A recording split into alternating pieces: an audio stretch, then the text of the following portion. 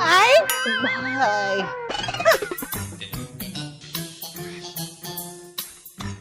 ஆமா, எல்லாரும் வேலையை முடிச்சுட்டு போற நேரத்துல நம்மால எதுக்கு உள்ள போறா அப்படின்னா வேலையா இருக்கும். உள்ள போய் பாத்துருவோம். ஸ்டார் மூவிஸ் பிரசன்ஸ் தியாகராஜன் இயக்கத்தில் பிரசாந்த் நடிப்பில் அந்தகன் வரும் ஆகஸ்ட் 9 முதல் திரையரங்குகளில். சண்முகா ஹாஸ்பிட்டல் கேன்சர் சிகிச்சைக்கான லைனாக் மிஷன் புதிய தொழில்நுட்ப கருவிகளோடு கிராண்ட் ஓபனிங். அனைவரும் வருக. தமிழ்நாட்டு மக்களுக்காக தான் நான் இந்த கூலிங் கிளாஸ் போடுறேன், கொடை பிடிக்கிறேன். இப்போ எனக்கு இந்த படம் 94ல் வந்தது, வேலை கிடைச்சாச்சு. எனக்கு இப்போ 60 வயசு ஆகுது. நான் இந்த படத்தில் நடிக்கும் போது 24 வயசு. இன்னைக்கு நான் இவ்வளோ தூரம் இன்னைக்கு வந்து இந்த கண்ணாடியை போட்டு உங்கள் முன்னால் உட்காந்துட்டு அம்மா இவ்வளோ இன்னைக்கு இந்த வயசுலையும் குப்பை கொட்டி நான் பிழைக்கிறது காரணம் வாசு சார் தான்.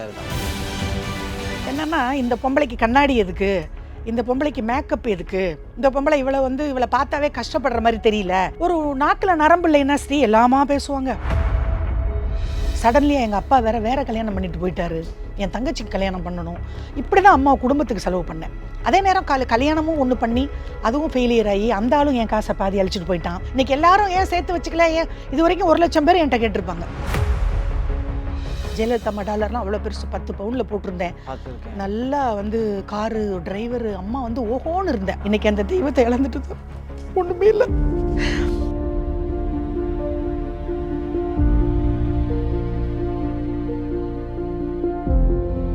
இந்த தாய் எனக்கு போயஸ் இதில் லாயர்ஸ் காலனியில் வீடு கொடுத்தாங்க, வாடகை வீடு தான். அது இப்போ கவர்மெண்ட் மாறிடுச்சு, என்னால் வாடகை கட்ட முடியாது, அந்த வீட்டை நான் கொடுத்துட்டேன். இப்போ வீடே இல்லையே ஸ்ரீ. தளபதி விஜய் வீட்டுக்கு ஏன் போகலை, சிசிடிவி கேமரா பார்த்துட்டு விரட்டிட்டா என்ன பண்ணுறது? நான் இந்த வெயிலில் அவர் எங்கேயோ பனை ஊறான், வெயிலில் ஒரு பாட்டில் தண்ணியை கொண்டுட்டு நான் அவ்வளோ தூரம் பஸ் ஃப்ரீ பஸ்ஸில் போய் விரட்டி விட்டா உடனே நமக்கு ரத்தன கம்பளம் உரிச்சு வாங்க வாசிக்க கூப்பிட்டு பணத்தை கொடுத்துருவாங்களா? அவங்க யூகோ பார்க்குறாங்களா? ஏன் ஒரு ஃபோன் பண்ணி ஏன் லாரன்ஸ் தம்பி எல்லாருக்கும் அவ்வளோ ஏன் அம்மா என்ன உங்களுக்கு பிரச்சனை, என்ன உங்களுக்கு ஏன் லைனில் வர மாட்டேங்கிறாங்க, என்ன யூகோ இதில் என்ன? நான் கேப்டனுடைய டெத்துக்கு வந்திருந்தேன். கேப்டன் ஒரு மாமனிதன், நல்லவர், சாப்பாட்டுக்கே வழி இல்லாமல் இப்போ கேப்டன் செத்துட்டாருன்னு ஒருத்தவங்க கிட்ட கடன் வாங்கிட்டு வந்தேன். கேப்டன் மனைவி உதவி பண்ணுறாங்கன்னு அதை நம்பி வீட்டுக்கு போனால் வந்து அவங்க என்னை கூப்பிட்டு இப்படி உன்னை மாதிரி உட்கார வச்சு காப்பி எல்லாம் கொடுத்துட்டு, நீங்கள் இவ்வளோ ஃபிட்டாக இருக்கீங்களே, உங்களுக்கு யாரும் வேலையே கொடுக்கலையா, நீங்கள் வேலைக்கு எங்கேயாவது போங்களேன். நான் கேட்டேன், நீங்களே இந்த கல்யாண மண்டபத்தில் ஒரு வேலை கொடுங்களேன். அவங்க பதிலே பேசாமல். வணக்கம் சினி உலகம் வியூவர்ஸ். இன்னைக்கு நம்ம கூட யார் இருக்கான்னு பார்த்தீங்கன்னா, வணக்கம் வாசிக்கு மம்மி. வணக்கம் ஸ்ரீ.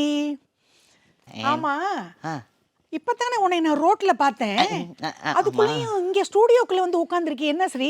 அதான் மம்மி, என்னன்னா எல்லாரும் வேலையை முடிச்சுட்டு போகிற நேரத்தில் அழகாக அப்படியே உள்ளே வந்துட்டு இருந்தீங்களா, என்ன மம்மி உள்ளே போகிறாங்களே அப்படின்னு சொல்லிட்டு சரி என்னன்னு கேட்டு தெரிஞ்சுக்கலான்னு. எல்லாரும் வெளியே போகும்போது நான் உள்ளே வரதை நீ பார்த்துட்ட. எஸ், உன் டவுட்டை நான் கிளியர் பண்ணட்டுமா? நான் இந்த ஆஃபீஸ்க்குள்ளே வந்தது டாய்லெட் கழுவ இல்லை. ஐயோ மம்மி, அப்படி நான் ஒன்றும் நினைக்கல. அப்புறம் எப்படி நீ இந்த மாதிரி எல்லாரும் வெளியே போகும்போது உள்ளே வந்தீங்கன்னு கேட்கலாம். இல்லை மம்மி, அந்த காமெடி கவுண்டமணி சார் காமெடி பார்த்து இன்ஸ்பயர் ஆகி எனக்கு ரொம்ப சந்தோஷம். ஏன்னா இப்படி வந்து ஒரு நான் இது 94ன்னு நினைக்கிறேன் வேலை கிடைச்சாச்சு. அதே கொடை, அதே கூலிங் கிளாஸு. அது எப்படி மம்மி, கர்ணர் எப்படி கவச குண்டலத்தோட பிறந்தாரோ அதே மாதிரி எப்பவுமே நீங்கள் அந்த கண்ணாடியோட சுற்றிக்கிட்டு இருக்கீங்க. வை அதாவது ஸ்ரீ, நல்ல வேலை நீ ஞாபகப்படுத்தின. இது முக்கியமான விஷயம் இருக்குது.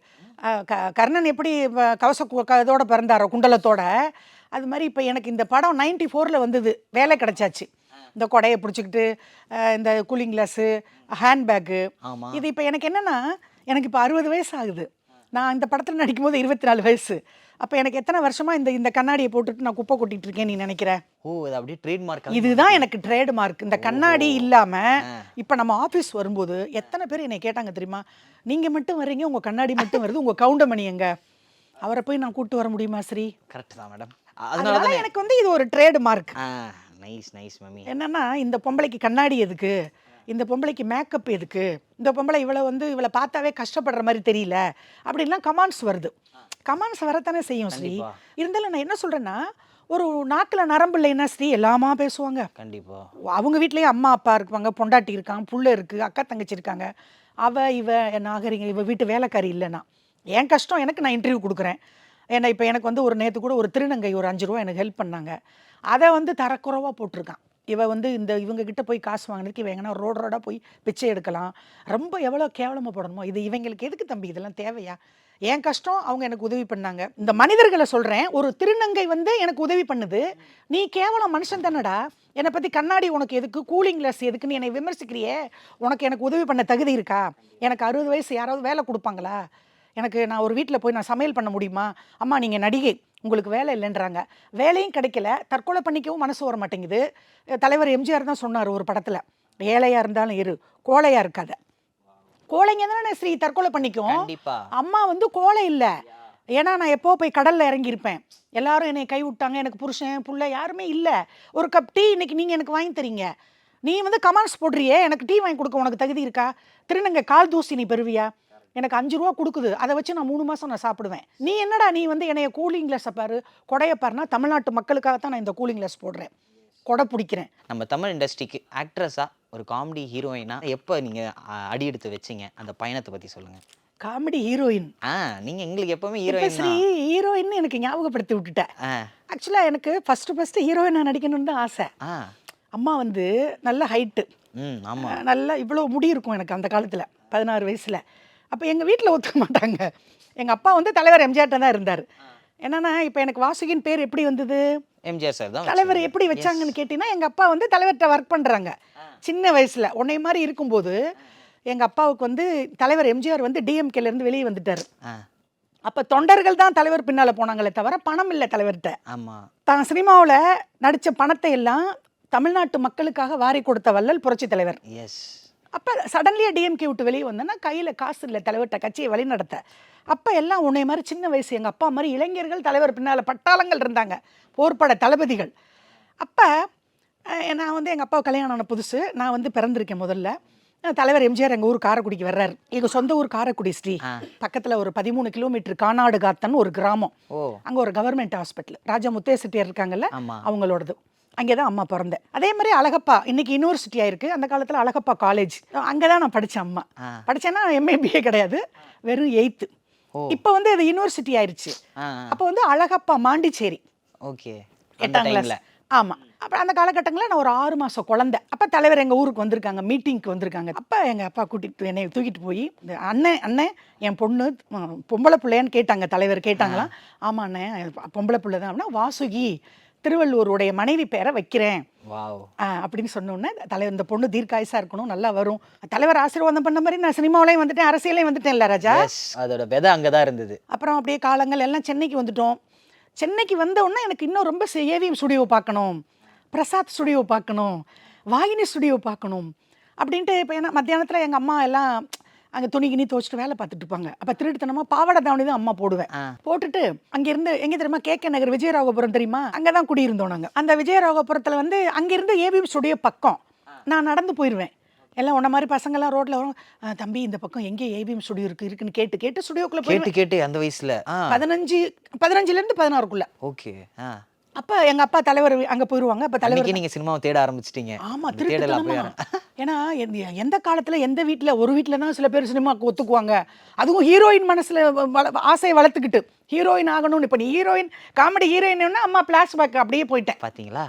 அப்படியெல்லாம் போய் ஸ்ரீ ஏவிஎம் ஸ்டுடியோவில் அந்த ஒரு உருண்டை ஒன்று சுற்றிக்கிட்டு இருக்கோம். ஆமாம், இன்னமும் சுற்றிக்கிட்டு தான் இருக்கு. சுற்றிக்கிட்டு இருக்கு. வாட்ச்மேன் வேற என்னை உள்ளே விட மாட்டேங்கிறான். அப்போ ஆமாம், நான் என்னென்னமோ சொல்கிறேன். எங்கள் காரைக்குள்ளேருந்து வந்திருக்கேன். இன்னும் சொல்லப்போனால் ஏவிஎம் ஸ்டுடியோக்காரவங்க எங்கள் ஊர் தான். ஏவிஎம் ஐயப்ப செட்டியார், கண்ணதாசன், இவங்க ராஜா முத்தைய செட்டியார் சார், இன்னைக்கு பெரிய பெரிய இண்டஸ்ட்ரியில் உள்ளவங்க பூராமே எங்கள் காரைக்குடி தான். SP Muthuraman sir. ஸோ அப்படி நான் என்னென்னமோ சொல்கிறேன், விடவே மாட்டேங்கிறாரு அந்த வாட்ச்மேன். அப்புறம் நான் சொன்னேன், ஏன்னா இந்த காரைக்குள்ளேருந்து வந்துட்டேன், எனக்கு எப்படியாவது என்ன ஒரு ஷூட்டிங். அப்போ வந்து ரஜினி என்ன உள்ளே போகிறாரு ஃபியட்டில் 504, அவர் செல்ஃப் டிரைவிங்கு.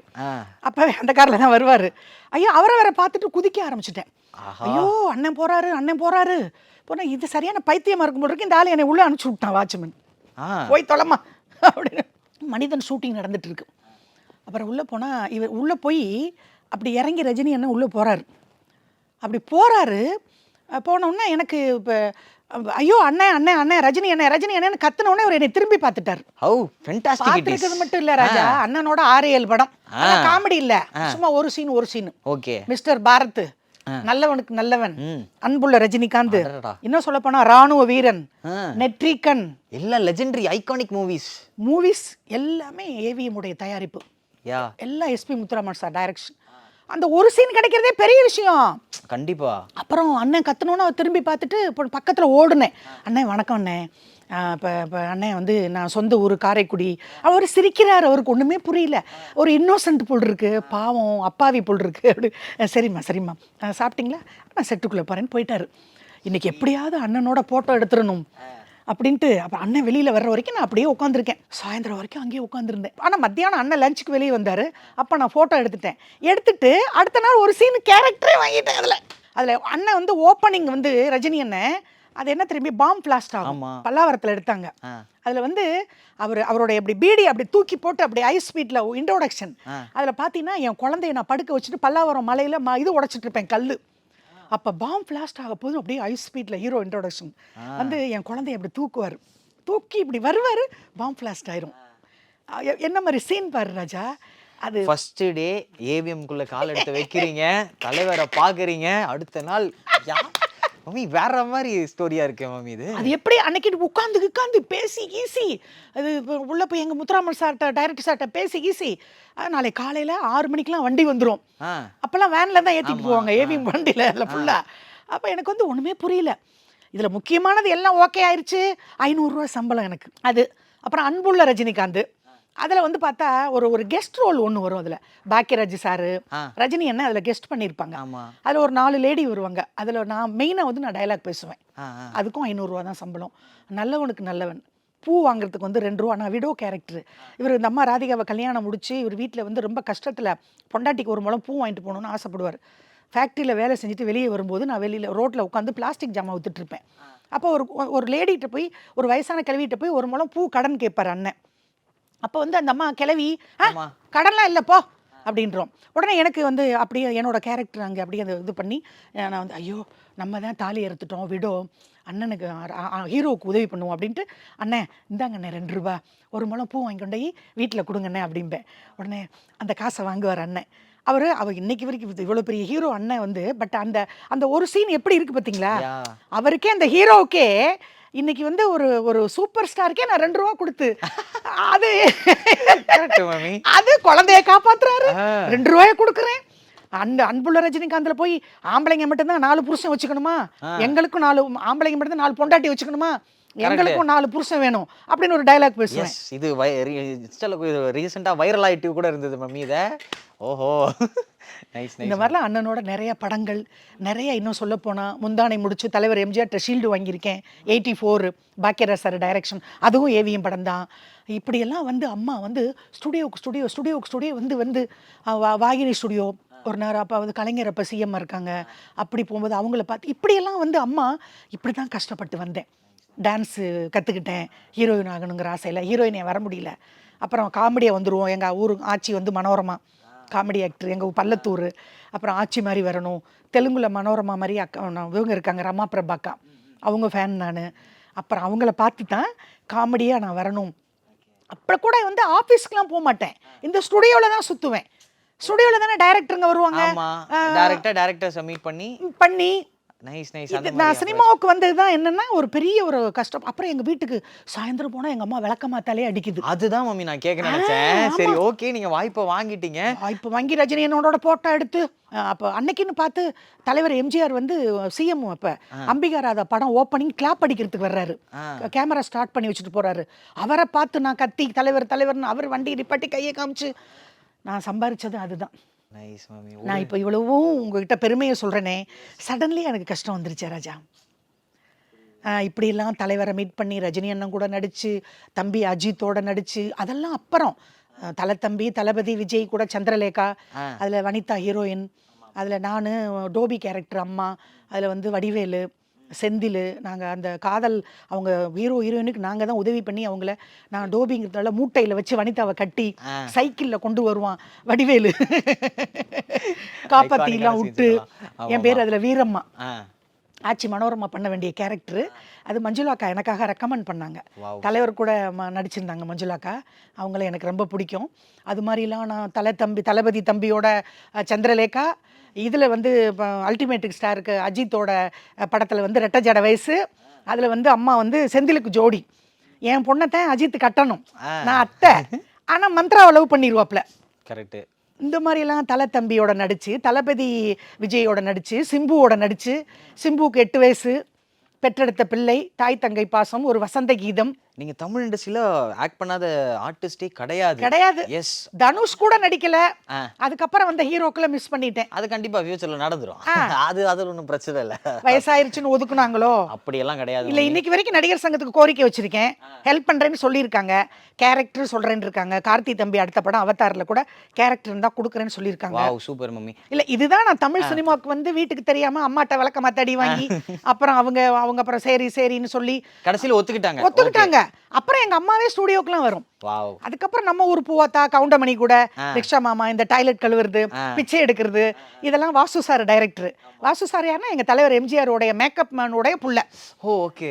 இன்னைக்கு நான் இவ்வளவு தூரம் இன்னைக்கு வந்து இந்த கண்ணாடியை போட்டு உங்க முன்னால உட்காந்துட்டு அம்மா இவ்வளவு இன்னைக்கு இந்த வயசுலயும் குப்பை கொட்டி நான் பொழைக்கிறது காரணம் வாசு சார் தான். அது புரட்சி தலைவருடைய மேக்கப் மேன் பீதாம்பரம், அவங்க சன்னு தான் வாசு சார். ஆமா. அதுக்கப்புறம் இந்த அதுலயும் ஒரு இது இருக்கு ஸ்ரீ, அந்த டாய்லெட் கழுவுன வேலை கிடைச்சாச்சு. அந்த படம் தான் தெலுங்குல ரீமேக். அந்த வேலை கிடைச்சாச்சு. அப்ப வந்து இவர் கூட்டல் பெருக்கல், டீச்சருக்கோ டீச்சர். கூட்டல் பெருக்கல் வகுத்தல்லாம் கிடையாது, ஒன்லி கூட்டல். ஏண்டி இவன் யாரு, உன் மயனா சேவர எதுக்கு உள்ள வந்துட்டானா?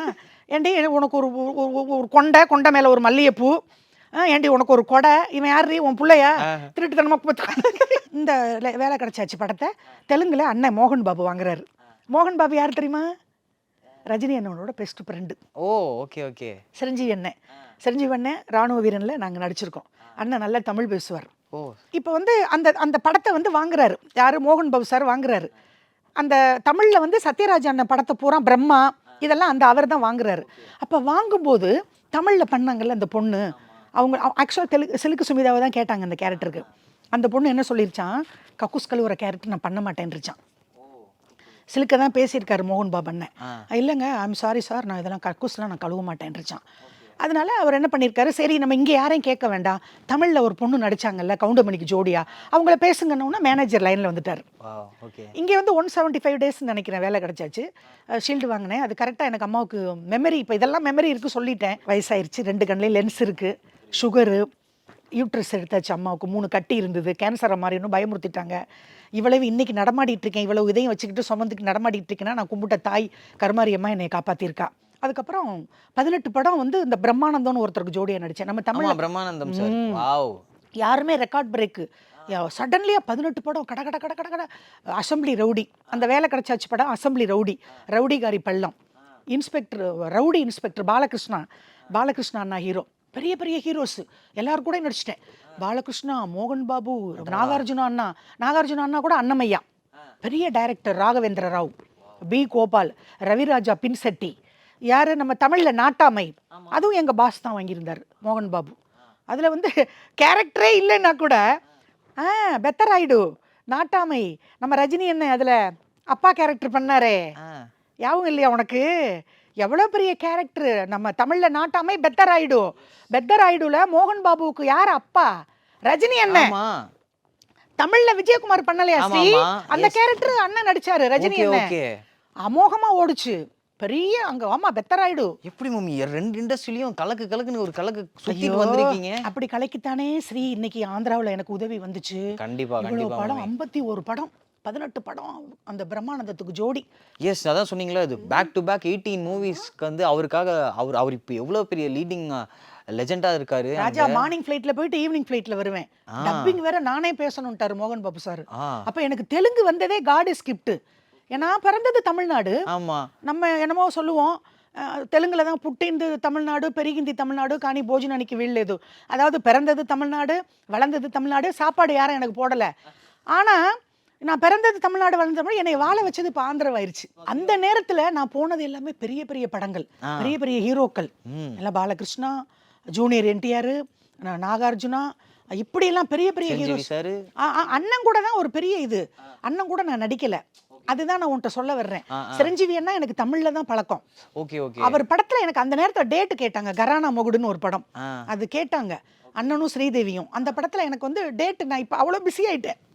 அந்த டைம்ல அப்போ வந்து அண்ணனோட நடிக்கக்கூடிய அந்த ஒரே மெகா ஸ்டாரை மட்டும் நான் மிஸ் பண்ணேன். பண்ணிட்டீங்க. மெகா பவர் ஸ்டார் ஃபேமிலி தான் இன்னைக்கு என்னை வாழ வச்சிருக்காங்க. அப்போ உன்னை மாதிரி ஒரு பையன், உனக்கு ஸ்ரீன்னு பேரு, அந்த பையன் பேர் ரோஷன். அவங்க தான் என்னை இன்டர்வியூ எடுக்கிறாங்க. எப்படி எடுக்கிறாங்கன்னா, நான் இங்கே தமிழ்நாட்டில் இவ்வளோ கஷ்டப்பட்டேன், ஜெயலலிதா அம்மா செத்துட்டாங்க, நகையெல்லாம் விற்று சாப்பிட்டுட்டேன், ரொம்ப கஷ்டம் வந்துருச்சு ராஜா எனக்கு. எப்படி சொல்கிறது, ஜெயலலிதா அம்மா டாலர்லாம் அவ்வளோ பெருசு 10 பவுனில் போட்டிருந்தேன், நல்லா வந்து காரு டிரைவரு, அம்மா வந்து ஓஹோன்னு இருந்தேன். அதான் என்ன ஒரு தப்புன்னா சேர்த்து வச்சுக்காமல் விட்டுட்டேன். சேர்த்து வச்சுக்கன்னா எனக்கு அந்த மைண்டில் அந்த நேரத்தில் வரல. ஓ இதுக்கு ஃப்யூச்சரில் நமக்கு பின்னால் எப்படிலாம் ஒரு வாழ்க்கை இப்படி திரும்பி பார்க்கணும் அப்படிலாம் நினைக்கல. ஆனால் அனாவசியமாகவும் செலவு பண்ணலை. ஏதோ குடும்பத்துக்கு செலவு பண்ணோம். ஏப்பா கார் வச்சுருந்தா டிரைவருக்கு சம்பளம் மெயின்டைன் பண்ணணும், எங்கள் அம்மாவுக்கு கேன்சர் வந்துருச்சு, அவங்கள பார்க்கணும், சடன்லியாக எங்கள் அப்பா வேறு கல்யாணம் பண்ணிட்டு போயிட்டாரு, என் தங்கச்சிக்கு கல்யாணம் பண்ணணும், இப்படி தான் அம்மா குடும்பத்துக்கு செலவு பண்ணேன். அதே நேரம் கல்யாணமும் ஒன்று பண்ணி அதுவும் ஃபெயிலியர் ஆகி அந்த ஆளும் என் காசை பாதி அழிச்சிட்டு போயிட்டான். இப்படி தான் போயிடுச்சு பணம். வேறு எந்த விதத்துலையும் போகலை ராஜா. படம் எடுத்து போகும் சில பேருக்கு, சில பேர் வேறு விதத்தில் வட்டிக்கு கொடுத்து விட்டுருப்பாங்க. இது என்னோட பணங்கள். ஏன்னா இன்றைக்கி எல்லாரும் ஏன் சேர்த்து வச்சுக்கல, ஏன் இது வரைக்கும் 1 லட்சம் பேர் என்கிட்ட கேட்டிருப்பாங்க. இப்போ நடிகர் சங்கத்துக்கு கோரிக்கை வச்சது காரணமே வந்து எனக்கு சகிலா தான் எனக்கு அதை கேட்டு விட்டுட்டா டக்குன்னு, என் கஷ்டத்தை வெளியே கொண்டு வரணுன்னே. அது மாதிரி சகிலா எல்லாம் கொண்டு போய் என்னை உட்கார வச்சு, அங்கே நடிகர் சங்கத்துக்கு ஏன் நீங்கள் கோரிக்கை வைக்கல, ஏன் உங்களுக்கு என்ன பிரச்சனை அப்படின்னு கேட்கும்போது தான் அந்த நடிகர் சங்கம் மேட்ரு வந்து, அப்புறம் நாசர் சார், விஷால் தம்பி, கார்த்தி அவங்கெல்லாம் அப்புறம் இது பண்ணி லைனில் வந்துட்டாங்க. கார்த்தி தம்பி வந்து அவங்க பிஏ வந்து புது கார்டு கொடுக்குறோம், எல்லாமே நாங்கள் எங்களால் முடிஞ்சது அந்த உதவித்தொகைன்னு வரும் நலிந்த நடிகைக்கு பண்ணுவாங்க, அதெல்லாம் நான் வெயிட் பண்ணிட்டு இருக்கேன். அதுவும் கிளியர் ஆயிடுச்சு. பட் இந்த ஆந்திராவுக்கு நான் எப்படி போனேன்னா, இப்போ நம்ம தமிழ்நாட்டை பொறுத்த வரைக்கும் நடிகர் சங்கம் டெஃபினட்டாக எனக்கு உதவி பண்ணுவாங்க. கோரிக்கை வச்சாச்சு, புது கார்டு வருது, அடுத்தடுத்து யார் படங்கள், அது சூர்யா தம்பியா இருந்தாலும் சரி. விஷால் சார் உங்களுக்கு கால் பண்ணாங்களா? விஷால் பேசல, இல்ல நாசர் சாரும் பேசல, கார்த்தி தம்பியோட பிஏ பேசினாங்க. ஓகே, கார்த்தி சார் உன்ன மாதிரி அந்த தம்பி பேர் ஏதோ கோகுல் நினைக்கிறேன், இந்த சேவிங்ல இருக்கு நம்பர். அவங்க அது கூட நானே மீடியாவிலே சொல்லிட்டேன், தயவு செஞ்சு நான் பிறந்தது தமிழ்நாடு, நான் வளர்ந்தது தமிழ்நாடு, ஆந்திராவில் இப்போ சிரஞ்சீவி அண்ணா குடும்பத்துக்கும் எனக்கு என்ன சம்மந்தம், லட்சமாக பேங்க்கில் போடுறாங்க. பட் நீங்கள் வந்து நான் உங்களை என்ன கேட்குறேன், எனக்கு வந்து இந்த நம்ம சங்கத்து மூலியமா என்ன உதவி, எத்தனை ஹீரோஸ் படம் எடுக்கிறாங்க, எவ்வளோ யாரோ இப்போல்லாம் முருகதாஸ் யாரோ டைரக்டர்ஸ் நாங்கள் நடிக்கும்போது எஸ்பி முத்துராமன், வாசு சார், இப்போ நமக்கு யாருமே உன்னை மாதிரி பிள்ளைங்களாம் வந்துட்டீங்க, அவங்களுக்கு எங்களை தெரியாது. அப்போ நான் சங்கத்து மூலமாக சொல்லி ஒரு பாட்டி கேரக்டர் கொடுத்தா அது ஒரு 10,000 அவங்களுக்கும் தெரிய வரும். ஸோ கண்டிப்பாக அந்த கோரிக்கை தான் வச்சுருக்கேன் அம்மா, வேற ஒன்றும் இந்த மாதிரி சங்கத்தால் முடிஞ்ச உதவி நியாயமான ஒரு விஷயம். அவங்களும் ஓகே சொல்லிட்டாங்க, எல்லாம் வச்சுருக்காங்க. உடனே வராதுல்ல ராஜா, அம்மா பொறுமையாக இருக்கேன். ஸோ வந்து அஜித் சார் கூட நடித்த அனுபவங்கள், அதுக்கப்புறம் தளபதி கூட நடித்த அனுபவங்கள், அவங்க ஏதாவது உங்ககிட்ட ஷேர் பண்ணியிருக்காங்களா? இப்போ ரீசெண்ட் டைம்ஸில் உங்களுக்கு வந்து எந்த ஆக்டர்ஸ் வந்து உங்ககிட்ட வந்து பேசியிருக்காங்களா? அந்த நம்ம சினிமா இண்டஸ்ட்ரியை விட்டுட்டு நான் அரசியலுக்கு போனேன்ல, அதுக்கப்புறம் எந்த ஒரு ஹீரோவையும் நான் சந்திக்க முடியல. ஓகே, அம்மா கிட்ட பேச்சாளராக வரணும் அப்படின்னு தான் நான் வந்தேன். 2001 தான் நான் அம்மாட்ட ஜாயின் பண்ணுறேன். 2001 அம்மா எதிர்க்கட்சி தலைவி. அப்போ அம்மா வந்து என்னை நல்லா என்கரேஜ் பண்ணாங்க. ஓ நீங்கள் வாசுகியா, காரைக்குடியா எல்லாம் கேட்டாங்க. ஓ நல்லா தமிழ் பேசுவீங்களா, அப்படி இப்படிலாம் நல்லா அம்மா என்கரேஜ் பண்ணி. மொமெண்ட் எப்படி இருந்ததுமா அம்மாவை? ஐயோ கை கால்லாம் உதறி நான் கீழே விழுந்து, அம்மாவை பார்த்தோன்னே தெய்வத்தை பார்த்த மாதிரி கை கால்லாம் வைப்ரேட் ஆயிடுச்சு எனக்கு. இல்லை ஸ்ரீ, எனக்கு அம்மா வந்தோடனே இப்படி உட்கார சொல்கிறாங்க, உங்களுக்கு நேரம் எனக்கு உட்கார தகுதி இல்லைம்மா அப்படின்ட்டு கையில் ஒரு பரிசோ நம்பர் இருந்துச்சு, அதை போட்டுட்டு இப்படி விழுந்துட்டேன். இப்படி விழுந்து அப்புறம் அம்மா சிரிக்காம என்ன பண்ணுவாங்க, அம்மாவை சிரிக்க வைக்கிறது பெரிய விஷயம். ஏன்னா ரொம்ப பர்லேன்ட்டு உடம்பு தென்னகத்து ஜான்சி ராணி இன்னைக்கு அந்த தெய்வத்தை இழந்துட்டு ஒன்றுமே இல்லை. அம்மா இருந்திருந்தா எனக்கு நிலைமையே இருந்து 3 ரூபா தான் சம்பளம் அன்னைக்கு எனக்கு பேசுனாங்க. அதுக்கப்புறம் 25,000 ரூபா வரைக்கும் வாங்கினேன். இன்னைக்கு பேச்சாளர் எல்லாம் ரோட்டில் விட்டுட்டாங்க. அதாம்மா, அதுக்கப்புறம் கட்சி எந்த ஒரு இதுவுமே நடத்தலையாம்மா? இல்லை, என்னைக்கு அம்மா இறந்ததுக்கு அப்புறம் தான் இவ்வளோ நேரம் அம்மா அவங்கள எல்லாம் சிரிக்க வச்சேன்.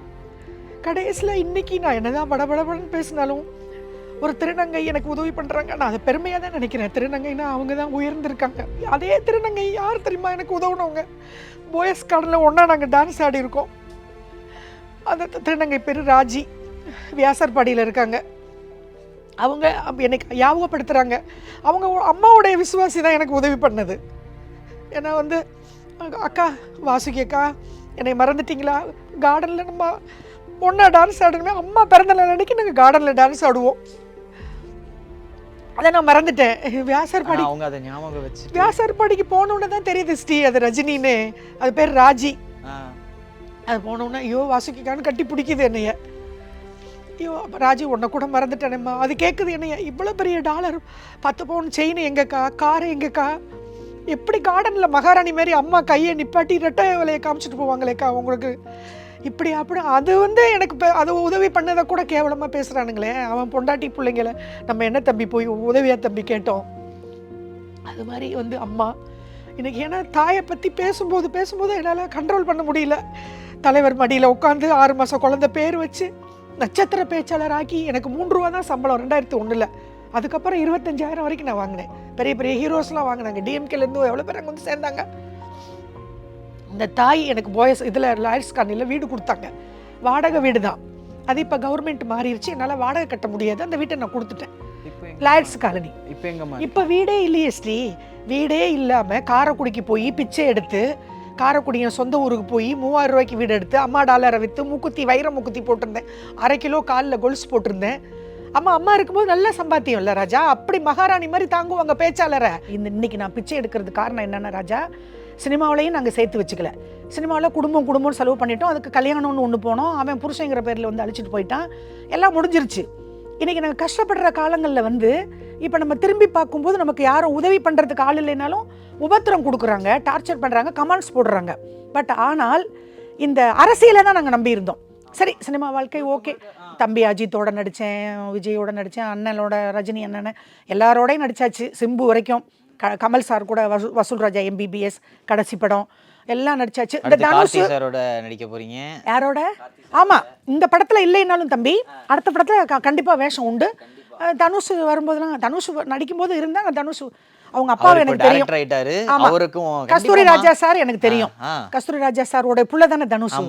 என்னாசை ராசாவே அதில் வந்து ஐயா சிவாஜி தான் ஹீரோ, முரளி ஹீரோ, ஐயாவும் ஒரு இருப்பாங்க, ராதிகா அம்மா இருப்பாங்க, ரோஜா இருக்கும்.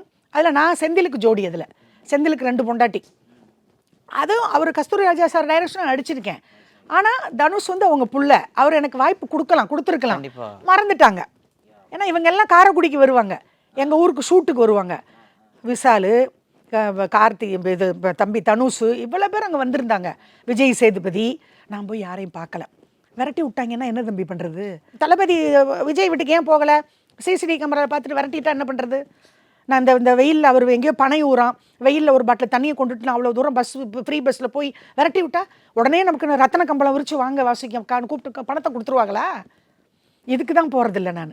நாங்கள் நடிக்கும்போது தாயா பிள்ளையா ஒன்றா தான் உட்காந்துருப்போம். விஜய் தம்பி வந்து இந்த அக்கா சாப்பிடுங்க அப்படிங்கும், இந்தாங்க வாங்க காட்டி கேரியர்லாம் திறந்து ஒன்றா தான். இப்போ முடியுமா? நானும் சொல்கிறது சந்திரலேகா காலத்தில். அப்போ நாங்கள் எல்லாம் ஒன்றா தான் உட்காந்துருப்போம். ஒன்றா தான் உட்காந்து ஷூட்டிங் ஸ்பாட்டில் ஜாலியாக சீட் ஆடுவோம். ஷார்ட் இல்லைன்னா சத்யராஜ் சார் நாங்கள் எல்லாம் திருட்டுத்தனமாக நானும் கவுண்ட் பண்ணி ஜெயிப்போம். அந்த காலங்கள் இனி வருமா? அதே மாதிரி தம்பி தம்பி எங்கள் ஊர் காரைக்குடி ரெட்டை ஜடை வேஸ்ட் ஷூட்டு. கடுமையான உழைப்பாளி இல்லை அஜித். கண்டிப்பாக. அதனால தானே இன்னைக்கு வந்து தம்பிக்கு வந்து ஸ்பைனல் கார்டு ஆப்ரேஷனு, அந்த பைக் மெக்கானிக்கு, அப்படி உழைப்பால உயர்ந்தவர் அஜித் தம்பி. ரொம்ப பிடிக்கும் எனக்கு அவரை. ஷூட்டிங் ஸ்பாட்டில் அக்கான்னு எங்களோட தான் உட்காந்து சாப்பிடும். டச்சப் பாய் கிடையாது தம்பிக்கு. தம்பி கீழே தான் உட்காரும், இப்படி காலை நீட்டிக்கிட்டு. நாங்கள் போய் பக்கத்தில் போய் ஜாலியாக அரட்டை அடிப்போம். அதுதான் எனக்கு. இங்கே நம்ம ராகத் பிளாசா அங்கே ஷூட் எடுத்தாங்க. அங்கே போனால் என்னை அழகாக உட்கார வச்சு நம்ம இதுக்கிட்ட வாகினி ஸ்டுடியோக்கு பக்கத்தில், அதெல்லாம் மறக்கவே முடியாது. அந்த காலம் மீண்டும் வருமா? கண்டிப்பாக. உட்கார வச்சு தம்பி ஆர்காட் டெரஸ் தான் வீடு. அப்போ ஆர்காட் டெரஸ்ல இருந்தேன். அம்மா வாகினி ஸ்டுடியோக்கு எதிரில் இருக்குல்ல வீடு, 10 மாடி, அங்கே தான் நான் குடியிருந்தேன். ஓகே. 2000 இது அந்த என்னது தீனா, பத்து குச்சி பத்திக்காதுடா யாரும் வந்து உரசுற வரையிலே, அந்த சாங் எங்க? இந்த வீடியோ மாலையாவது தலத்தம்பியாவது என்னை கூப்பிட்டு, ஏன்னா என்ன அக்கா ஏதோ ஒன்று ஒரு பிச்சை எடுக்காம, அக்கா ஏதோ வயசாயிருச்சு ஏதோ பொழைச்சிக்கக்கா ஏதோ ஒன்று இல்லை. அவங்க வீட்டில் கூட எனக்கு ஏதாவது ஒரு வேலை, ஷாலினி இப்போ நான் பார்க்க வளர்ந்து பொண்ணு, அது கூப்பிட்டுச்சுன்னா கூட எனக்கு போதும். அது மாதிரி. ஏன்னா வீட்டுக்கு நாங்கள் போக முடியாது. இந்த மாதிரி வீடியோ அவங்க பார்க்கலைனாலும் அவங்க வீட்டில் இருக்கவங்க யாராவது மேனேஜர்ஸ் அப்படியாவது தம்பிங்க மூலியமாக கொண்டு போனால், தளபதி விஜய் ஏன்னா இப்போ கட்சி ஆரம்பிச்சிருக்காரு, நீங்கள் போங்க, நீங்கள் உங்களுக்கு நிச்சயமாக உதவி பண்ணுவார் அப்படின்றாங்க. ஆமாம். இப்போ எங்கம்மா தங்கியிருக்கீங்க அதை பற்றி? ஏன்னா அம்மா வந்து உங்களுக்கு வீடெல்லாம் வந்து அம்மா கொடுத்த வீடெல்லாம் அதெல்லாம் சரண்டர் பண்ணிட்டேன். இப்போ ஒன்றுமே இல்லை. கேரா பிளாட்ஃபாரம் 4 நாள் சக்கிலா வீட்டில் தங்கியிருந்தேன். அதுக்கப்புறம் கெஸ்ட் வந்துட்டாங்க.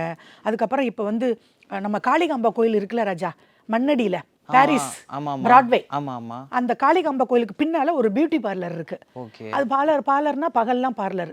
7 மணிக்கு மேலே அந்த வீடு காலியானா உள்ள ரூம் இருக்கு, அட்டாச் பாத்ரூம். அங்கே வந்து சகீலா மூலியமாக ஒருத்தவங்க கிட்ட சொல்லி தற்சமயத்துக்கு தங்க வச்சுருக்காங்க. எனி டைம் எனக்கு ஏதாவது ஒரு ரூமு கிடச்சி, இப்போ அக்காமண்டேஷனும் ஃபுட்டும் இல்லாமல் அம்மா ரோடாக திரியிறேன். கமல் சார் வசூல் ராஜா எம்பிபிஎஸ்ல அவர் கூட நடிச்ச அந்த அனுபவம் ஏதாவது? அதுவும் தங்கமான குணம் தான் சார். கமல் சாரை பற்றி பேசணுங்கிற எண்ணமே அந்த மைண்டில் வரல. ஏன்னா ஏன் வரல, சில பேர் சொல்லுவாங்க தண்ணி கிணி அடிக்ட் ஆனால் தான் உங்களுக்கு அந்த மாதிரி வரும். நீங்கள் நல்லா டீசெண்டாக கோயிலாக போகிறீங்க, ரஜினி அண்ணன்னு புகழ் பாடுறீங்க, தலை தம்பின்னு பாடுறீங்க. கமல் சாரை ஏன் உங்களுக்கு ஏன் அவரோட நான் நிறைய ஒர்க் பண்ணல. ஒரே படம், அதில் கூட அவர் காம்பினேஷன் கிடையாது எனக்கு. நாங்கள் இது ஈசிஆர் ரோட்டில் தான் எடுத்தாங்க. ஆனால் சார் இருந்தாங்க, தங்கமாக பேசுவாங்க. ரஜினி அண்ணனுக்கு எப்படி ஹெட் வெயிட் இல்லையோ அதே மாதிரி சார் ஐயோ நீ போவான்னு தான் கூப்பிடுவாங்க. ரொம்ப தங்கம். அவர் பிறந்து வளர்ந்தது ஆழ்வார்பேட்டை, ஆண்டவா, வேட்டியை போட்டு தாண்டவா, ஒரே காதல் ஊரில் இல்லையடா. மம்மி நிறைய விஷயங்கள் இன்னைக்கு வந்து நான் உங்ககிட்ட கேட்டு தெரிஞ்சுக்கிட்டேன். இப்போ நான் தெரிஞ்சுக்க வேண்டிய விஷயம், உங்களோட நீட் என்ன கோரிக்கை? அக்காமண்டேஷன் தங்குறதுக்கு இடம் இல்லை ராஜா. ஒரு ஏதாவது வந்து ஒரு டீ கடை வச்சு பொழைச்சிக்கலாமா, இல்லை என்னால் என்ன முடியும், இல்லை ஏதாவது ஒரு டிஃபன் கடை போடலாமா. ஏன்னா உட்கார்ந்த இடத்துல இனிமேல் ஓடி உழைக்க முடியாது. உட்கார்ந்த இடத்துல என்னால் முடிஞ்சது ஒரு கிளாஸ் கழுவி வைக்கலாம், ஒரு ஏதாவது 4 பேர் வந்தாங்கன்னா ஒரு டிஃபன் வந்தியா, அப்புறம் எப்படி பொழைக்கிறது. இல்லை தங்குறதுக்கு ஏதாவது ஒரு இடம் எனக்கு இப்போ தேவை. தங்குறதுக்கு ஒரு இடம் ஸ்ரீ, சாப்பாட்டுக்கு அக்காமண்டேஷன், ஃபுட்டு. பாலாலாம் யாருன்னு எனக்கு தெரியாது. இப்போ கமல் சாரை கூட எனக்கு தெரியும், ரஜினி என்னன்னு தெரியும். அவங்க வீட்டுக்கு போகிறதுக்கே எனக்கு பயமாக இருக்குது. போனால் விரட்டி விட்ருவாங்கன்னு 10 பேர் சொன்னால் போங்கன்னு 2 பேர் சொல்கிறாங்க. நான் எதை நம்பி போகிறது, யாரை நம்பி வாழ்கிறதுமா தம்பி? புரியுதுமா. ஆனால் அப்படிலாம் நிறைய விஷயங்கள் நடந்துக்கிட்டு தான் மேம் இருக்குது. லாரன்ஸ் மாஸ்டருமே பாலாவும் சேர்ந்து நிறைய விஷயங்கள் அவங்க பண்ணிக்கிட்டு இருக்காங்க.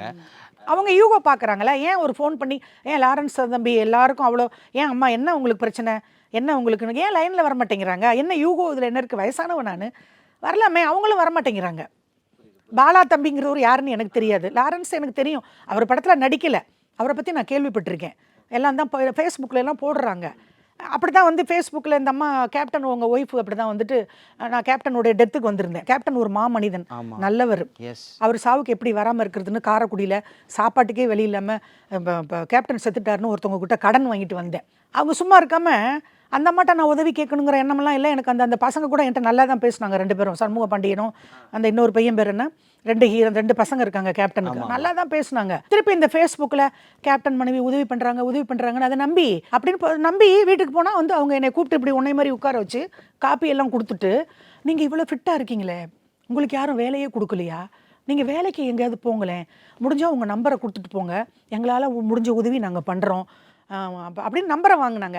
நான் கேட்டேன், நீங்களே இந்த கல்யாண மண்டபத்தில் ஒரு வேலை கொடுங்களேன், கேப்டன் அடக்கம் பண்ணியிருக்கீங்கல்ல, அங்கே கொடுங்க, நான் அவருக்கு விளக்கேற்றுறேன், கூட்டுறேன், பெருக்கிறேன் அப்படின்னு. அவங்க பதிலே பேசாமல் ஒரு 1000 ரூபாயை கையில் கொடுத்து அனுப்பிட்டாங்க. எல்லாரும் என்ன சொல்கிறாங்க, சசிகலாவை போய் பாருங்கள், ஓபிஎஸ்ஸை பாருங்கள், எடப்பாடி பழனிசாமியை பாருங்கள், தினகரனை பாருங்கள் அப்படின்னா எல்லார் வீட்டுக்கும் போய் கதவை மூடிக்கிட்டு வாட்ச்மேன் துரத்துறது தான் நடக்குது.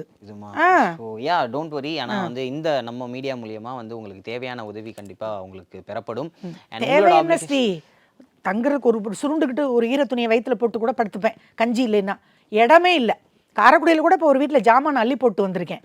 அந்த ஜாமானை போய் நான் இப்போ 2-3 மாதம் போகலைன்னா அது ஒரு உன்ன மாதிரி பக்கத்தில் ஒரு அம்மா, சரிம்மா ஒரு குடோனில் போட்டால் அதுக்கு 1000 ரூபா கொடுக்கணும், என் வீட்டில் போட்டு போங்கன்னு இருக்காங்க.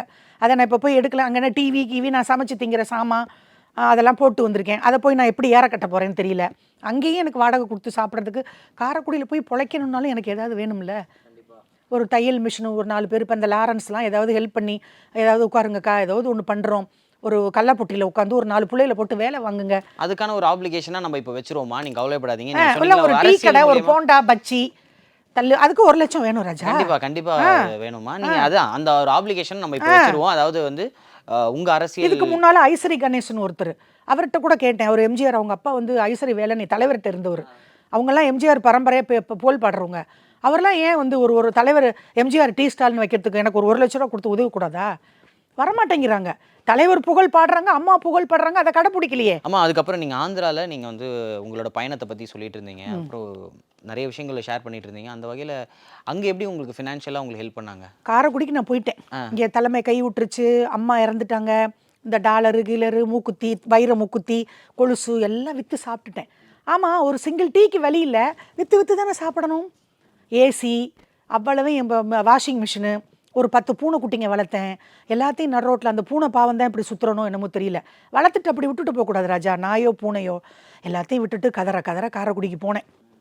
ஒரு 30,000 கையில் கிடச்சிது. இந்த ஏசி கீசி மிக்சி வீட்டில் உள்ள ஜாமான் கட்டில் மெத்தை இதெல்லாம் அம்மா இருக்கும்போது சம்பாரிச்சது. பீரோ கீரோ. இது ஆந்திராலேருந்து காரைக்குடி. ஆமாம் ஆமாம் ஆமாம்.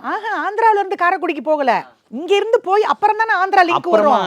இங்கே வித்துட்டு காரைக்குடிக்கு போகிறேன். Okay okay. 30,000 10,000 அட்வான்ஸ் கொடுத்து வீடு எடுத்துட்டேன். 5,000 வாடகை. அங்கே போய் ஒரு பாயை போட்டு தலைகணி போட்டு அம்மா படுக்கிறேன். அந்த ஒரு வாரத்துக்கு அப்புறம் என் ஃப்ரெண்டு, நான் சொன்ன பாரு ஜெய லலிதா, அவங்க ஆந்திரா பொண்ணு, என் ஃப்ரெண்டு, அவங்களும் நானும் நிறைய படம் நடிச்சிருக்கோம். ஆனால் திடீர்னு லைனில் வர்றாங்க. வந்துட்டு வாசுகி என்ன ஏது அப்படின்னா, அழுதுகிட்டே ஃபோனில் பேசுகிறேன், நான் காரைக்குடிக்கு வந்துட்டேன்டி, ஒன்றுமே இல்லை, எல்லாத்தையும் விற்றுட்டு அப்படி. சரி சரி, நான் ஒரு யூடியூப்புக்கு ஒரு நம்பர் கொடுக்குறேன். அதுதான் அந்த பையன் ரோஷன். அவங்க நம்பரை கொடுத்துருச்சு அந்த என் ஃப்ரெண்டு. கொடுத்துட்டு பேசு. அப்புறம் அந்த ரோஷனுக்கு நான் ஃபோன் அடித்தேன். அப்புறம் ரோஷன் வந்து ஹைதராபாத்லேருந்து இங்கே வந்துட்டார். டி நகருக்கு வந்துட்டார் ஹைதராபாத்லேருந்து. ஓகே. இங்கே வந்து வரல, உடனே வரல. ஓகே. ஒரு வாரம் ஆச்சு, 10 நாள் ஆச்சு, 15 நாளும் போனை போட்டு போட்டு போட்டு, ஏன்னா வறுமையில் இருக்கேன்ல ஸ்ரீ, எனக்கு ஒரு 10 ரூபா வரும்னு எனக்கு போட்டு போட்டு போனை போட்டு. அப்புறம் ஒரு நாள் ரோஷனே லைனில் வந்து, அம்மா நீங்கள் காரைக்குடியிலேருந்து சென்னை வந்துருங்க, சென்னையில் இன்டர்வியூ ஓகே அப்படின்னாங்க. அப்புறம் வந்து நாங்கள் சென்னை நம்ம பழைய டி நகர் சிரஞ்சீவி என்ன வீடு இருக்குது, அங்கே வந்து உங்களை மாதிரி அந்த ரோஷன் அழகாக என்னை இன்டர்வியூ பண்ணி எனக்கு. அப்போ நான் அது இதுலேயே மாதிரி அழுது கிழுது, அழுது கிழுதுன்னா அது இப்போ அந்த கஷ்டம் நம்மளுக்கு அந்த அழுகை கொண்டாந்துருது. நம்ம பட்ட கொடுமைகள், புருஷன் கொடுமைப்படுத்தினது, நம்ம ஜெயலலிதா அம்மா இறந்த உடனே இந்த பேச்சாளர் வாய்ப்பு, இப்போ மெயினாக என்னென்னா பேச்சாளர் கூட்டமே இல்லாமல் போனது தான். ஆமாம், மெயினாக சினிமா துறையை கூட நான் ரொம்ப கேப் விட்டுட்டேன். ஸோ அதனால ராஜா அப்போ பார்த்தா அந்த வீடியோ அங்கே போட்டுட்டாங்க அந்த சுமன் டிவியில். உடனே நாகேந்திர பாபு அண்ணன் லைனில் வர்றாரு. நாகேந்திர பாபு அண்ணன்னா யாரு யாரு சிரஞ்சீவி அண்ணன் தம்பி. இன்னொன்று பவன் கல்யாண், இன்னொரு தம்பி. இப்போ வந்து இப்போ ஜெயிச்சு அண்ணன் வந்து இப்போ ஆந்திராவில் டெப்டி சிஎம் இருக்காரு. அடுத்து அவரை கூட போய் பார்க்க சொன்னாங்க. ஏன்னா பவர் ஸ்டார் மட்டும் எனக்கு உதவி பண்ணலை, நாகேந்திர பாபுன்னா 1 லட்சம். இப்போ நீ இருக்கீல்ல அந்த இடத்துல அந்த தம்பி உட்காந்துருக்காரு, யாரு ரோஷன். உடனே போனை போட்டு, அம்மா லைனில் ஒரு இருக்கீங்களா, வீடியோ கால்னு ஆடி போயிட்டேன். ஏன் ஆடுனேன்னா சிரஞ்சீவி என்ன லைனில் வர்றாருன்னு நினச்சிட்டேன். Okay okay. அவங்க தம்பி வந்துட்டார் நாகேந்திர பாபு, அங்கே பெரிய ஹீரோ. ஓ, வீடியோ கால்ல உங்களை வந்து அந்த இன்டர்வியூல நீ இப்போ நீ ஓ சீட்ல இப்படி உட்கார்ந்திருக்காரு அண்ணன், நீங்க டபுள் சீட்டு. ரோஷன் இங்க கேமரா வச்சுட்டீங்க, அண்ணன் அங்க உட்கார்ந்திருக்காரு. நான் காரைக்குடியில ஒரு நைட்டில ட்ரெஸ் கூட மாத்தல. இவ அண்ணன் லைன்ல வர்றாருன்னா ஒரு புடவை கிடையாது, டீசெண்டா இருப்பேன். ஆமா, சர்ப்ரைஸா இருந்தது உங்களுக்கு. அதான் சொல்றேன், உன்னைய மாதிரி அந்த ரோஷன் பையன் ரொம்ப மறக்கவே முடியாது. ரோஷனை, என் ஃப்ரெண்டு ஜெய லலிதா, ஷக்கீலா, நீ எல்லாரும். ஏன்னா அந்த திருநங்கை ராஜி மறக்கவே மாட்டேன். அது மாதிரி இவங்க என்ன லைனில் வந்துட்டார் அண்ணன் நாகேந்திர பாபு. அவருக்கு தமிழ் தெரியும், இருந்தாலும் பாக்கிஜா ஐம் சாரி, நான் முக்கியமான விஷயம் சொல்லலை. எனக்கு ஆந்திராவில் பேர் வந்து பாக்கிஜா. நம்ம தமிழ்நாட்டில் தான் வாசுகி எம்ஜிஆர் தலைவர் வச்ச பேர், அங்கே மாறிடுச்சு பேர் பாக்கிஜா. ஓகே, பாக்கிஜானா தான் என்டி ராமாராவ் சாருக்கே தெரியும். சிரஞ்சீவி என்ன கூட என்னை பாக்கிஜான்னு தான் கூப்பிடுவாங்க. அப்புறம் நான் அழுகிறேன், அண்ணே 1 லட்சம் வந்து விழுந்துருச்சு அக்கௌண்ட்ல. ரோஷன் இன்டர்வியூ பார்த்துட்டு, ரோஷன் ஏதோ கையில் ஒரு கவர் கொடுத்தாரு உங்களை மாதிரி, அதோட என்னை ஊருக்கு பைசா பணம் கொடுத்து அனுப்பிட்டாங்க. காரைக்குடி போயிட்டேன், அக்கௌண்ட்டு கூட இல்லை பேங்க்கில். ஐயோ 1 லட்சத்தை நான் எப்படி அக்கௌண்ட்டே இல்லை. அவர் ரோஷன் திட்டுறாரு என்னை, தம்பி அக்கா என்னக்கா போய் முதல்ல அக்கௌண்ட்டு மெட்ராஸ்லேருந்து இது பண்ணுங்க, பண்ண விட 1 லட்சம் வந்துருச்சு. அழுன்னு அழுகிறேன். ஸோ அதுலேருந்து தான் ஆரம்பிச்சது உங்களை வந்து அங்கே எல்லாருமே ரெகக்னைஸ். அதுக்கப்புறம் சிரஞ்சீவி அண்ணன் 1 லட்சம். அப்புறம் என் குருநாதர் மோகன் பாபு சார் பையன் ஒன்ன மாதிரி இருப்பாரு, அவர் தான் மா மூவி ஆர்டிஸ்ட் அசோசியேஷன், நம்ம நடிகர் சங்கம். 1 லட்சம் ரூபாய் கார்டு வேணா அம்மா காட்டுறேன், அந்த சில்வர் கார்டு கொடுத்துருக்காங்க அம்மாவுக்கு. ஓகே, அங்க 1 லட்சம் அவரே கட்டிட்டாரு. யாரு? மோகன் பாபு பையன். அவர் பேர் என்ன தெரியுமா? மஞ்சு விஷ்ணு. நான் அசம்பிளி அப்படி 91ல இப்படி குழந்தை, அந்த குழந்தை தான் இன்னைக்கு எனக்கு 1 லட்ச ரூபா கார்டு கொடுத்துருக்கு. ஓகே, எதுக்கு இதெல்லாம் அம்மா சொல்றேன்னா, ஆந்திராவில் 2 கண்ணும் ஆப்ரேஷன், 2 லட்ச ரூபா. அது வந்து மோகன் பாபு சார் பையன் பண்ணிட்டார். இதை சில்வர் கார்டு இப்போ கொடுத்தது. ஏன்னா வந்து மஞ்சு விஷ்ணு என்னோட குருநாதர், மோகன் பாபு சார் அவங்க பையன், அவங்களே 1 லட்சம். பாக்கிஜா. ஓகே, இந்த போட்டோ ஆந்திராவில் எடுத்தது. ஓகே ஓகேம்மா. இதே மாதிரி கார்டு தமிழ்நாட்டில் கொடுக்க போறாங்க. தம்பி கார்த்தி அவங்க பிஎன்ட்ட பேசியிருக்காங்க. அதாவது 1 லட்ச ரூபா கட்டி இந்த கார்டு வந்து மோகன் பாபு சார் பையன் எனக்கு கொடுத்துட்டாரு. 2 லட்ச ரூபா, ஒரு கண்ணுக்கு 1 லட்சம், 2 கண்ணுக்கு 2 லட்ச ரூபா லென்ஸ் வச்சுருக்காங்க. அவங்க சைடு வந்து 1 லட்சம் கட்டி 2 லட்சம் லென்ஸு, 3 லட்சம். சிரஞ்சீவி அண்ணன் ஃபேமிலி 2 லட்சம். Mega star family, mega power star ஃபேமிலிக்கு நான் வருஷம் பூரா தேங்க்ஸ் சொல்லிட்டு இருக்கேன். இந்த தமிழ் நம்ம ஐபிசி மூலியமாக மறுபடியும் அண்ணன் பவர் ஸ்டார் அண்ணன் சிரஞ்சீவி அண்ணன், நாகேந்திர பாபு அண்ணன், உங்கள் எல்லாருக்கும் வணக்கம். என் குருநாதர் மோகன் பாபு சார் ஃபேமிலிக்கு வணக்கம். ராகவா லாரன்ஸ் அவங்களுக்கு நான் வணக்கம். அக்கா வாசிக்கு பேசுகிறேன். எல்லாருக்கும் நீங்கள் உதவி பண்ணுறீங்கன்னு ஃபேஸ்புக்கில் வருது, அது நிஜம்தான். ஆனால் ஒரு சிலர் என்ன சொல்லிட்டாங்கன்னா, ஃபேஸ்புக்கில் வர்றதை நம்பாதீங்க, அதெல்லாம் நல்லா தெரிஞ்சுக்கிட்டு போங்க அப்படின்னாங்க. லாரன்ஸ் தம்பி எவ்வளோ நீங்கள் உங்கள் தாய் மாதிரி நினச்சிங்க, இல்லை அக்கா மாதிரி நினச்சிக்கங்க. பாலா தம்பி யாருன்னு எனக்கு தெரியாது. நீங்கள் உதவி பண்ணணுன்னு நினச்சா, எனக்கு தங்குறதுக்கு தான் இடம் இல்லை, சாப்பாட்டுக்கும் வழி இல்லை. என்னோடய வீடியோலாம் நீங்கள் பார்த்துருக்கிறதுக்கு வாய்ப்பு இருக்குது. நீங்கள் பார்க்கலைன்னாலும் பாருங்கள். இந்த வீடியோ மூலியமாக எனக்கு வந்து இல்லை ஒரு கடை ஏதாவது வச்சு பொழைச்சிக்கிறேன், அதுக்கு ஏதாவது ஹெல்ப் பண்ணுங்கள். ஒரு 4 லேடிஸை போட்டு தையல் மிஷினோ, இல்லை ஒரு சாப்பாடு ஹோட்டலோ, அதுக்கு அந்த மாதிரி கூட நீங்கள் வந்து ஏதாவது எனக்கு தங்குறதுக்கு இடமும் சாப்பாட்டுக்கும் கமல் சாருக்கும் நான் இருக்கரம் கூப்பி கேட்டுக்கிறேன். ஏன்னா உங்களை இவ்வளோ நாள் நான் பேசாமல் உங்களை நான் மறந்துட்டேன், மன்னிச்சிருங்க. ஏன்னா ரஜினி என்ன பேசும்போது உங்களை நான் பேசியிருக்கணும். எனக்கு மூளையெல்லாம் குழம்பி போய் என்னமோ ஒரு மென்டல் மாதிரி ஆகிட்டேன், ரொம்ப மனநோயாளி மாதிரி. நிறைய பேசி ஊடால கூட உங்களுக்கு எல்லாம் தெரியும், ஊடகங்கள் எல்லாம் என்னை பற்றி இன்டர்வியூலாம் வந்தது. கமல் சார் மன்னிச்சிருங்க, இவ்வளோ நாள் லைனில் வரல. உங்களால் முடிஞ்ச உதவி எனக்கு ஏதாவது தங்குறதுக்கோ சாப்பாட்டுக்கோ, இதுதான், வேறு ஒன்றும் இல்லை எனக்கு. ஏன்னா ஆல்ரெடி கண்ணுலெல்லாம் லென்ஸு, உடம்பு யூட்ரஸ்லாம் எடுத்தாச்சு, சுகர் இருக்குது. அதெல்லாமே இப்போ இந்த கவர்மெண்ட் வந்ததுக்கப்புறம் கவர்மெண்ட் மாத்திரை வாங்கிக்கிறேன், ஃப்ரீ பஸ்ஸில் போகிறேன், ரேஷன் வாங்கிக்கிறேன். ரெண்டாவது இப்போ எல்லா நடிகர்களுக்கும் நான் லெட்ரு வச்சுட்டேன், அவங்க நடிகர் சங்கம் எனக்கு ஹெல்ப் பண்ணிடுவாங்க. கமல் சார்கிட்டையும் நான் கேட்டுக்கிறேன், தம்பி லாரன்ஸ்கிட்டையும் கேட்டுக்கிறேன். ஸ்டார் மூவிஸ் பிரசன்ஸ் தியாகராஜன் இயக்கத்தில் பிரசாந்த் நடிப்பில் அந்தகன் வரும் ஆகஸ்ட் 9 முதல் திரையரங்குகளில். சண்முகா ஹாஸ்பிட்டல் கேன்சர் சிகிச்சைக்கான லைனாக் மிஷன் புதிய தொழில்நுட்ப கருவிகளோடு கிராண்ட் ஓபனிங். அனைவரும் வருக.